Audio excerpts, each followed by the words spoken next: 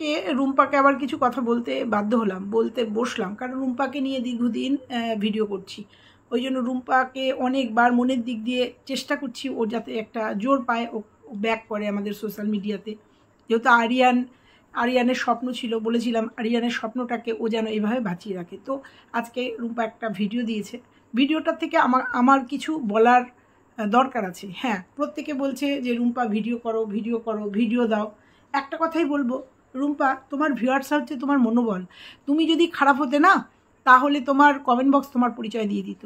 তোমার কমেন্ট বক্সে কিন্তু একটাও নেগেটিভ কথা না, কিন্তু তুমি তোমার ননদের কথায় কিছু হার্ট হয়েছে, মানে আলিয়ার কথা আবার কিছু এসছে, সেই বিষয় নিয়ে কিছু বলবো। কারণ আলিয়াকে নিয়ে আমিও ভিডিও করেছিলাম, এবং আলিয়া একটা নোংরা রাজনীতি খেলতে চেয়েছিল, কিন্তু সেটাকে আমরা কিছু তোমার কাছের মানুষ যারা তোমাকে সাপোর্ট করছে, বিশেষ করে আমি তোমাকে ওর সেই ইটাকে করতে দিইনি, মানে ওর সেই মানে কি বলবো, একটা যে পরিকল্পনা সেটাকে সাকসেস হতে দিইনি।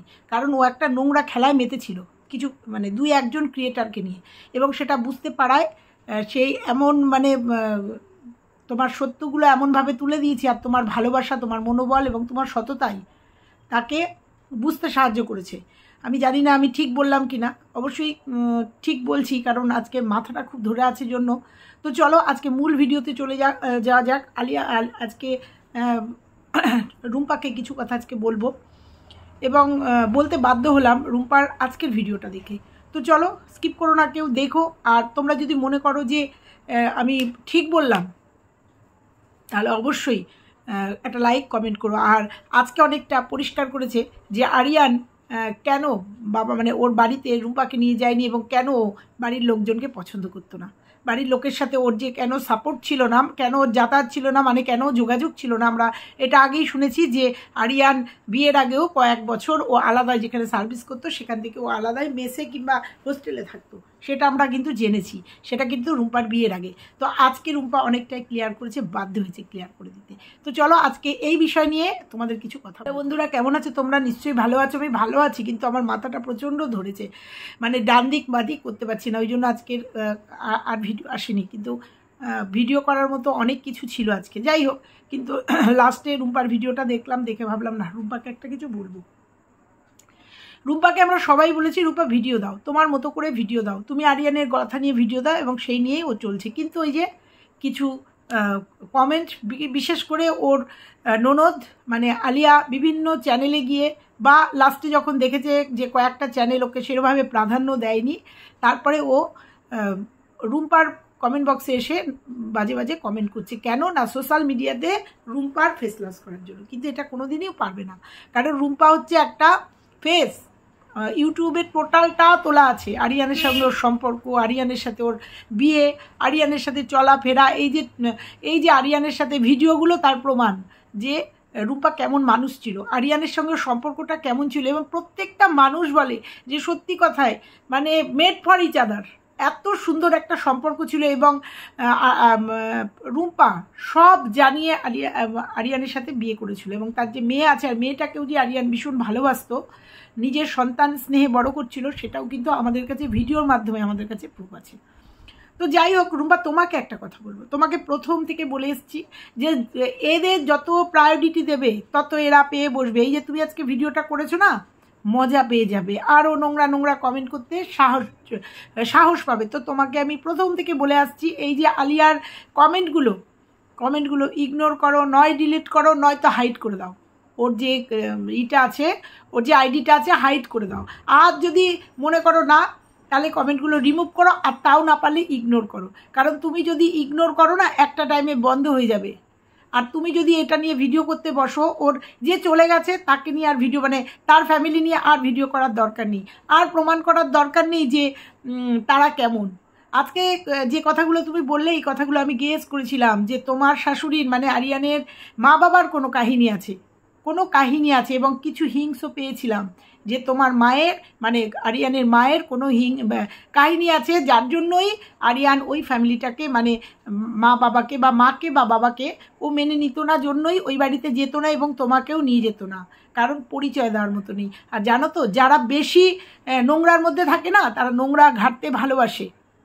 বুঝতে পেরেছ?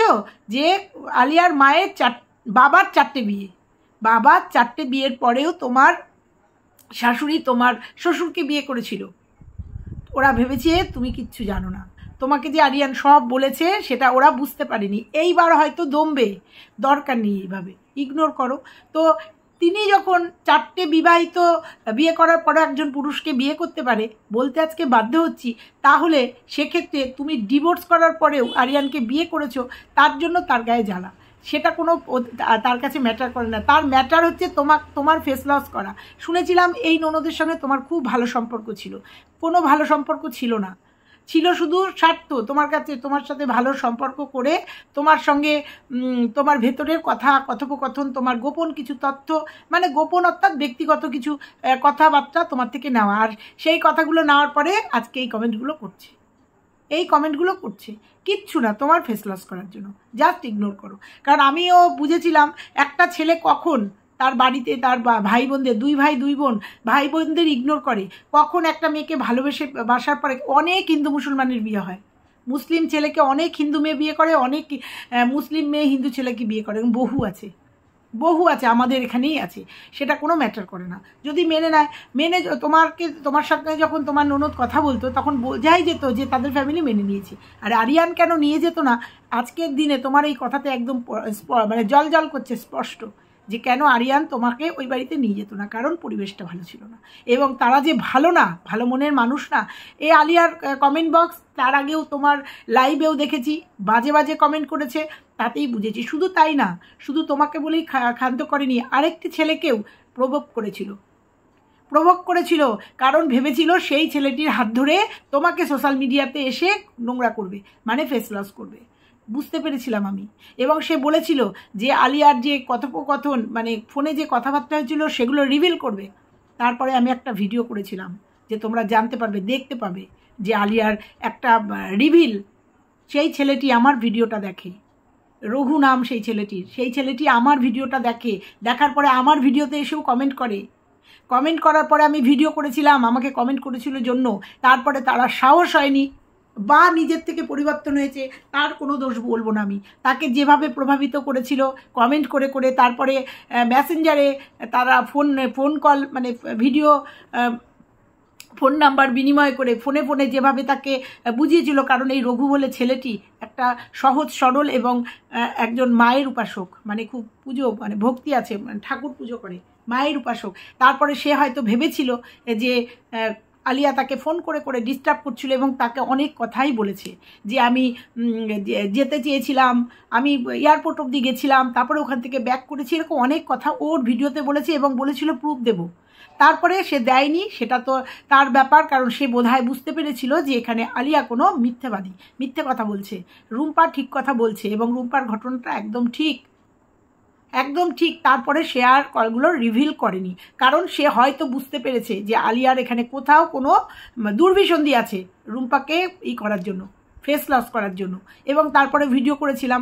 তো যাই হোক, যে কোনো কারণে হোক, ভালো উদ্দেশ্যেই হোক, রঘু লাস্টের এইগুলো রিভিলগুলো করেনি এবং সে তার নিজের ফর্মে ফিরে গেছে, নিজের ফর্মে ভিডিও করছে। তো যাই হোক, আলিয়াও চেষ্টা করেছিল যে কোনো ক্রিয়েটারের মাধ্যমে রুম্পার ফেস লস করার জন্য, এটা আমার ধারণা, কারণ বলেছিল। তারপরেও সে আর সেই রিভিলগুলো দেয়নি, তার মানে বুঝে নিতে হবে সে বুঝতে পেরেছে নিজের ভুলটা এবং সেই কলগুলো রিভিল করেনি। তো তার সাথে যে যোগাযোগ হয়েছিল, তার সাথে যে ফোনালাপ হয়েছিল, সেগুলো কিন্তু সে ভিডিওতেই বলেছে। তাহলে কি তার কল দেবে, সে আসতে চেয়েছিল, এগুলো একজন ক্রিয়েটারের মাধ্যমে বলা মানে কি রুম্পার ফেস লস করা? যে আসতে চেয়েছিল তবুও সে বডি রাখেনি। আজকে ওই প্রসঙ্গে যাব না, কিন্তু আলিয়া আজকে এটা নতুন না, আলিয়ার এটা অনেক পুরনো চাল। যখন টাকা পয়সার বোধহয় কিছু পিএফ বা কিছু টাকা পয়সা আর ওর চাহিদা ছিল, মানে ভাই না দাদা চলে গেছে, তার অনেক টাকা বোধহয় রুম্পা ইনকাম করেছে, কারণ LIC করা বা পিএফের টাকা পয়সা সেগুলো যখন হাতাতে পারেনি, সেগুলো যখন রুম্পা বলেই দিয়েছিল যে সে কিচ্ছু নেয়নি বা কিচ্ছু জানে না, সেই জন্য তার একটা মোশন ছিল, প্রথম থেকে বলে আসছি, তার একটা কিছু রুম্পার থেকে কিছু আদায় করার একটা টেন্ডেন্সি ছিল, প্রথম থেকে বলে আসছি, যার জন্য সে রুম্পার পাশে থেকেও ফোনাফুনি করে ওর সঙ্গে ভালো সম্পর্ক থাকার পরেও দাদা চলে যাওয়ার পরে বিদ্রোহ ঘোষণা করেছে এবং নেগেটিভিটি ছড়াচ্ছে এবং নেগেটিভভাবে তাকে অ্যাটাক করছে। এখন তো বুঝতেই হবে যে তার কোনো দুর্বিসন্ধি ছিল, তার কিছু একটা ইচ্ছা ছিল। যাক গিয়ে এগুলো প্রত্যেকটা ভিডিওতে বলেছি। এবার বলবো রুম্পা, তুমি এদের জাস্ট ইগনোর করো। একে যদি ইগনোর না করতে পারো তাহলে কিন্তু তোমাকে মানে কমেন্ট করে করে জর্জরিত করে দেবে। আর তোমরা আজকে নিশ্চয়ই ক্লিয়ার হয়ে গেছো যে 15 লাখ টাকার সোনাদানা আর বোনের অবস্থা কেমন আমি জানি না। ভাই চলে গেছে, ভাইয়ের অ্যাক্সিডেন্ট হয়েছে, রুম্পা বলেছে তোমরা এসো। যেভাবেই হোক যদি মনে করতো যে ভাইয়ের শেষ দেখাটা ভাইকে দেখবো, তাহলে যেমন তেমন করে হলেও চলে আসতো, তাহলে নিশ্চয়ই রুম্পা রেখে দেওয়ার ব্যবস্থা করতো আরিয়ানকে। কিন্তু তাদের দিক থেকে তারা বলেছিল আমাদের কাছে টাকা পয়সা নেই, আমরা কি করে যাব। উইথ মামাও তাই বলেছিল যে আমাদের কাছে টাকা পয়সা নেই, কি করে যাব। সেই জন্য রুম্পার কিছু করার নেই। তাদের অবস্থা কেমন সেটা রুম্পা ভালো করে জানে। রুম্পা টাকা পাঠাবে, তারপরে তারা তাদের ভাইয়ের শেষ দেখা দেখতে আসবে, সেটাও তো স্বাভাবিক নয় না, সেটাও তো স্বাভাবিক নয়। তো যাই হোক রুম্পা, তোমাকে আমি আবার বলে যাচ্ছি যে এইটা জাস্ট ইগনোর করো, হাইড করে দাও, এইটা নিয়ে ভিডিও করো না। আস্তে আস্তে কিন্তু তিক্ততা বাড়বে। তোমাকে সবাই যে ভালোবাসে সেটা প্রমাণ হচ্ছে তোমার কমেন্ট বক্স। প্রত্যেকে তোমাকে ভালোবাসে, প্রত্যেকে চাইছে তুমি তোমার ছন্দে ভিডিও দাও। আমি বারবার বলে আসছি, আরিয়ানকে নিয়ে, আরিয়ানের স্মৃতি নিয়ে করতে করতে দেখবে তুমি তোমার জায়গাটা ফিরে পাবে। অবশ্যই তুমি হারিয়েছো এই জায়গাটা কেউ তোমাকে কভার করতে পারবে না। কারণ আমি তোমাকে আগেই বলেছি, যার ব্যথা যার কেটে যায় ব্যথাটা তার। আমরা হচ্ছে ইস আহারে উহুরে এইটুকু করতে পারি, কিন্তু ব্যথাটা কিন্তু তার। সেরকম তোমার চলে গেছে স্বামী, ব্যথাটা তোমার। তোমাকে প্রুভ করতে হবে না যে তোমার আগের স্বামীর সঙ্গে ডিভোর্স হয়েছে কি না, দরকার নেই। আমরা জেনে নিয়েছি যে আগের স্বামীর সঙ্গে না, তোমার রেজিস্ট্রি হয়েছে। তোমার গ্রামীণ যে পদ্ধতি, মানে গ্রামের প্রধান বসে যে একটা লিখিত পরিত হয়ে যে একটা ডিভোর্সি ব্যবস্থা এখনও আছে গ্রামটামে, যে লিখিত দুতরফ থেকে বসে একটা মধ্যস্থতা করে লিখিত হয়ে যায়, সেটাকেও এক ধরনের ডিভোর্স বলে। তোমাকে প্রমাণ দিতে হবে না। যেখানে তার মার চরিত্রই এরকম, যার মার চরিত্রই এরকম, সে মাকে তো মেনে নিয়েছে যে 4খানা বিয়ে করার পরেও তার বাবা মেনে নিয়েছে। সেখানে কি করে তোমাকে সেই কথা বলতে পারে? না জানি আরও কত রহস্য আছে, বুঝি অনেকটাই, কিন্তু যেহেতু কোনো প্রমাণ নেই বলতে পারবো না। আজকে তুমি যেহেতু বললে সেহেতু বললাম। আদেও দেখা যাবে তার মায়েরও হয়তো 2-3টে বিয়ে, পরে হয়তো সেটা জানবো। আজকে শুনতে পারলাম বাবার 4টে বিয়ে করার পরে আরিয়ানের মাকে বিয়ে করেছে। তাহলে সেই বাবাকে যদি মেনে নেয়, তাহলে তোমার আজকে আকসার হচ্ছে যে প্রথম স্বামীর সাথে মনোমালিন্য হচ্ছে, চলছে না, থাকতে পারছে না, সেকেন্ড ডিভোর্স দেওয়ার পরে একটা বিয়ে করতেই পারে, কিন্তু অবৈধভাবে নয়। একটা স্বামীর সঙ্গে থাকার কালীন আর একটা স্বামীর সাথে তো তুমি করোনি, তুমি ডিভোর্স দিয়ে রীতিমতো 1 বছর বাদে আরিয়ানের সাথে পরিচয় হওয়ার পরে তোমার বিয়ে হয়েছে। অতএব তোমার এটা কখনোই অবৈধ হতে পারে না, কখনোই এটা নোংরামি হতে পারে না। তুমি সুস্থভাবে যেটা সামাজিকতা, সেইভাবে তুমি বিয়ে করেছো। আমি ধর্মের দিকে যাব না, তুমি সামাজিকভাবে বিয়ে করেছো। তোমাকে বলছে তোর বাবাকে বল আর একটা এনে দিতে। তোমার মাকেও তাহলে তার বাবা মা এনে দিয়েছিল ওই 4 নম্বর পুরুষটি, মানে তোমার মানে আলিয়াকে বলছি, আলিয়ার যে বাবার 4টে বিয়ে। অবাক লাগে না? এরা কি করে বলে? এদের ঘরেই যখন এরকম রয়েছে, এদের ঘরেই রয়েছে, এরা কি করে অন্যের দিকে হাত তুলে? আমি এটাই বুঝি না। হয়তো এরপরে দেখবো আলিয়ার জীবনে অনেক কিছু আছে, ক্রমশ চলে আসবে।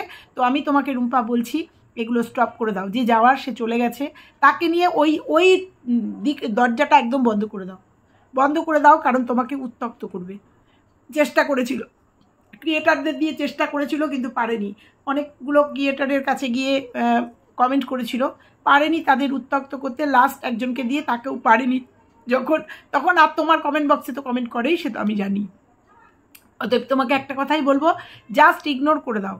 কারণ এখন যদি তুমি সত্যি কথা আরিয়ানের ফ্যামিলি নিয়ে বলো না, সেটা হয়তো সবাই ভালোভাবে নেবে না।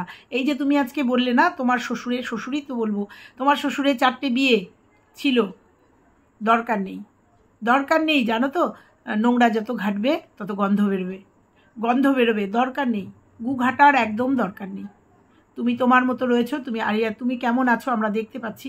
তুমি তোমার মতো করে সুন্দর করে আরিয়ানের স্মৃতিকে আগলে রেখে এগিয়ে যাও, ভিডিও দাও। হ্যাঁ, দুটো চ্যানেল থেকে দুটো ভিডিও যেমন করে দিতে, অর্ধেক হিন্দি অর্ধেক বাংলা করে আরিয়ানের সাথে যেমনভাবে দিতে। দেখো আজকেও অসুবিধা হয়েছে, ওয়েলকাম টু কি চ্যানেল বলতে গিয়ে অসুবিধা হবে, এটা তো হওয়ারই কথা, কারণ আমাদের স্টার্টিংটা সব সময় আরিয়ান করতো, সব সময় আরিয়ান করতো, স্টার্টিং আর ফিনিশিং আরিয়ান করতো। সেই জায়গাটা তোমাকে নিতে হচ্ছে, একটু অসুবিধা হবে, দুটো একটা ভিডিওতে অসুবিধা হবে, তারপর একটা সময় দেখবে সড়গড় হয়ে গেছে। মনে করো না আরিয়ান তোমার সঙ্গেই রয়েছে, সেই এইভাবে এগিয়ে যাও। তবে আমি তোমাকে আবার বলছি, কোনো পারিবারিক কেচ্ছা নিয়ে এখানে এসো না। তোমাকে আমি বলছি বারবার, কারণ আছে, কারণ যখনই তুমি আঙুল দেখাবে তখনই 3টে আঙুল তোমার দিকে আসবে, 1 থেকে 2, 2 থেকে 3, কোনো দরকার নেই। তুমি একদম, আমি জানি তোমাকে মানুষ যদি বিরক্ত করে না, কমেন্টের মাধ্যমে হয়তো ফোন করেও বিরক্ত করছে, হয়তো মেসেজ করেও বিরক্ত করছে, সব ব্লক করে দাও, ব্লক করে দাও। কারণ তোমার হয়তো খারাপ লাগছে, কারণ এই মানুষটার সাথে, মানে এই ননদের সাথে তোমার একটা ভালো সম্পর্ক ছিল, সেটা তুমিই বলেছিলে, বুঝেছিলাম, শুনেছিলাম। যে ভাইকে নাকি শেষ সময় একটু দেখতে আসতে পারে না, আর যাই হোক তারা ভালো হতে পারে না, এইটুকু বোঝা গেছে। যে ভাইকে ভাই তাদের সঙ্গে যোগাযোগ রাখতে চায় না, তারা আর যাই হোক কেমন সেটা বোঝা যায়। যে ভাই তার বউকে নিয়ে তার মা বাবা ভাই বোনদের সঙ্গে মিট করাতে চায় না, আর যাই হোক সে ফ্যামিলি কেমন সেটা বোঝা গেছে। আর আরিয়ান কেমন ছিল আমরা বুঝেছি, আমরা দেখেছি ভিডিওতে। আর যাই হোক তুমিও নিশ্চয়ই জানো তারা কেমন। অতএব এগুলো আর ঘেটো না, এইটুকু শুধু বলবো। কারণ প্রত্যেকের জীবনেই অতীত থাকে, কারুর একটু বেশি কারুর একটু কম অতীত থাকে, সেই অতীত নিয়ে ঘাটার সময় এখন না। তুমি তোমার মতো তোমার ছন্দে এগিয়ে যাও, প্রত্যেকে রয়েছি তোমার পাশে, তোমার শুভাকাঙ্ক্ষীরা রয়েছে তোমার পাশে, তোমার ভিউয়ার্সরা রয়েছে তোমার পাশে, সবাই তোমাকে চাইছে, সবাই চাইছে সুন্দর করে তোমার ডেলি লাইফ সুন্দর করে দাও। না পারলে বসে গল্প করো আমাদের সাথে, 5 মিনিট 7 মিনিট 10 মিনিট বসে বসে গল্প করো। আরিয়ানের যেমন জামা কাপড়গুলো দেখালে, ছোটো ছোটো স্বপ্নগুলোর পরে বললে আরিয়ান কী চেয়েছিল, ওই চ্যানেলটা রুম্পা আরিয়ান ব্লগস করেছো, খুব ভালো লেগেছে। প্রত্যেকটা জায়গায় আরিয়ানকে টাচ দিয়ে রাখো, আরিয়ানের টাচ দাও, তাহলে দেখবে তোমার মনটাও ভালো লাগবে। এইভাবে এগিয়ে যাও, এইভাবে ভিডিওগুলো করো। দুটো চ্যানেলে না পারো একটা চ্যানেল অন্তত ভিডিও করো, কারণ প্রত্যেকটা ভিউয়ার্সরা চাইছে তোমার প্রত্যেক দিন তোমাকে দেখতে, তোমার দিনগুলো কিভাবে কাটছে তোমাকে দেখতে চাইছে। বুঝতে পেরেছো? এইটুকু শুধু তোমার, তুমি দিদি বলে ডাকো কিন্তু আন্টি হয়ে এইটুকু তোমাকে শুধু বলে গেলাম। কারণ এই জার্নিটা খুব টাফ, এই সময়টা খুব টাফ জার্নি। এই সময় মনটা নরম থাকে তো, আর এই সময় যদি কেউ মানে মনের উপর কেউ আঘাত করে, সেই আঘাতটা সহ্য করা খুব কঠিন হয়। একইতে তো একটা হারানোর জ্বালা আছে, তারপরে যদি কেউ তিক্ত কথা বলে না, খারাপ লাগে, মনের উপরে তার প্রভাব পড়ে। আর ও যে অভিশাপগুলো দিচ্ছে না, যে তোমার ফ্যামিলিরও যদি কেউ যায় বা তোমার কিচ্ছু লাগবে না, সমস্তটা ভগবানের উপরে। আর সত্যি কথা, এটা একদম বাস্তব কথা, আজকে রুম্পা বলল, ওইটুকু একটা মেয়ে, তার কত অভিজ্ঞতা, সত্যি কথা একটা বাস্তব কথা বললো। এর থেকে ভগবান আর কি শাস্তি দেবে? বলছে ভগবান শাস্তি দেবে, এর থেকে আর কি শাস্তি হতে পারে একটা মেয়ের জীবনে? এর থেকে বড় শাস্তি তো হতে পারে না। সত্যি কথা, এদের মানে বিচার নেই। একটা মেয়ের স্বামী চলে গেছে, এত সুন্দর একটা বন্ডিং ছিল, সে চলে গেছে, তাকে নিয়েও মানে ছাড়ছে না। ভাইত্ব দেখাচ্ছে, দাদাত্ব দেখাচ্ছে। কোথায় ছিল এই দাদার সঙ্গে সম্পর্ক? কখনো তো দেখিনি। এই যে দাদা তাহলে বাড়ির সঙ্গে যোগাযোগ রাখিনি কেন? এত যখন দাদা ভালো ছিল। আসলে আমি বলতে চাই না এই কথাগুলো, এগুলো তুলতে গেলে অনেক কথা উঠে আসবে। আমি চাইছি না সেগুলো নতুন করে যখন আরিয়ান নেই, আরিয়ানের ফ্যামিলিটাকে নিয়ে আমি নতুন করে কোনো কাদা ছেটাছিটি চাই না। কারণ আমি জানি আরিয়ানের ফ্যামিলি উঠলে তোমার ফ্যামিলি কেউ না কেউ তোমার ফ্যামিলিকে তুলে নেবে। তোমাকে এর আগেও বলেছি, তোমার অতীত কিন্তু উঠে আসবে। আমি তোমাকে ভালোবাসি, আমি তোমাকে আমার বুদ্ধি দিয়ে যতটুকু দেখছি, তোমার মধ্যে সততা দেখছি এবং ভালো লাগা দেখছি, আমি তোমার ভালোটা বলছি। কিন্তু নেগেটিভ ভিডিও করার জন্য বসে থাকে অনেকেই। তোমার নেগেটিভিটি, তোমার অতীত, যেহেতু তোমার একটা পাস্ট আছে, সেই পাস্ট নিয়ে কিন্তু উঠে আসবে এখানে। তারপরে তোমাদের গ্রামের যে সবাই ভালো তা না, তারা কেউ কমেন্ট করে কিন্তু অনেক নেগেটিভ বার্তা ছড়াবে। এইটুকু তোমাকে বলে দিলাম, তখন কিন্তু আরও অসহ্য হবে, সহ্য করতে পারবে না। যদিও চাইছো এখন ভিডিও করতে, এইভাবে মানসিকতা নিয়ে এগিয়ে যাও। আর জাস্ট আলিয়ার এইগুলো ইগনোর করো, ওর দরকার হাইড করে দাও, নয়তো রিমুভ করে দাও, দেখবে মানসিক শান্তি পাবে। 1 থেকে 2 হতে দিও না, এইটুকু শুধু তোমাকে আজকে বলবো। তো চলো আজকে এই পর্যন্তই। ভালো লাগলে, ঠিক মনে হলে ভিউয়ার্সদের বলবো লাইক কমেন্ট শেয়ার করো, আর চ্যানেলে নতুন হলে চ্যানেলটা সাবস্ক্রাইব করে দিও। আর সবাই রুম্পার পাশে, রুম্পার মনোবল বাড়িয়ে দিও, রুম্পার পাশে এইভাবে ঢাল হয়ে দাঁড়িয়ে থেকো। আফটার অল সোশ্যাল মিডিয়াটা রেখে গেছে আরিয়ান ওর জন্য, সেই সোশ্যাল মিডিয়াটা ও যেন সুন্দর করে কাজ করতে পারে, এইটুকু একটু চাই। তো চলো টাটা।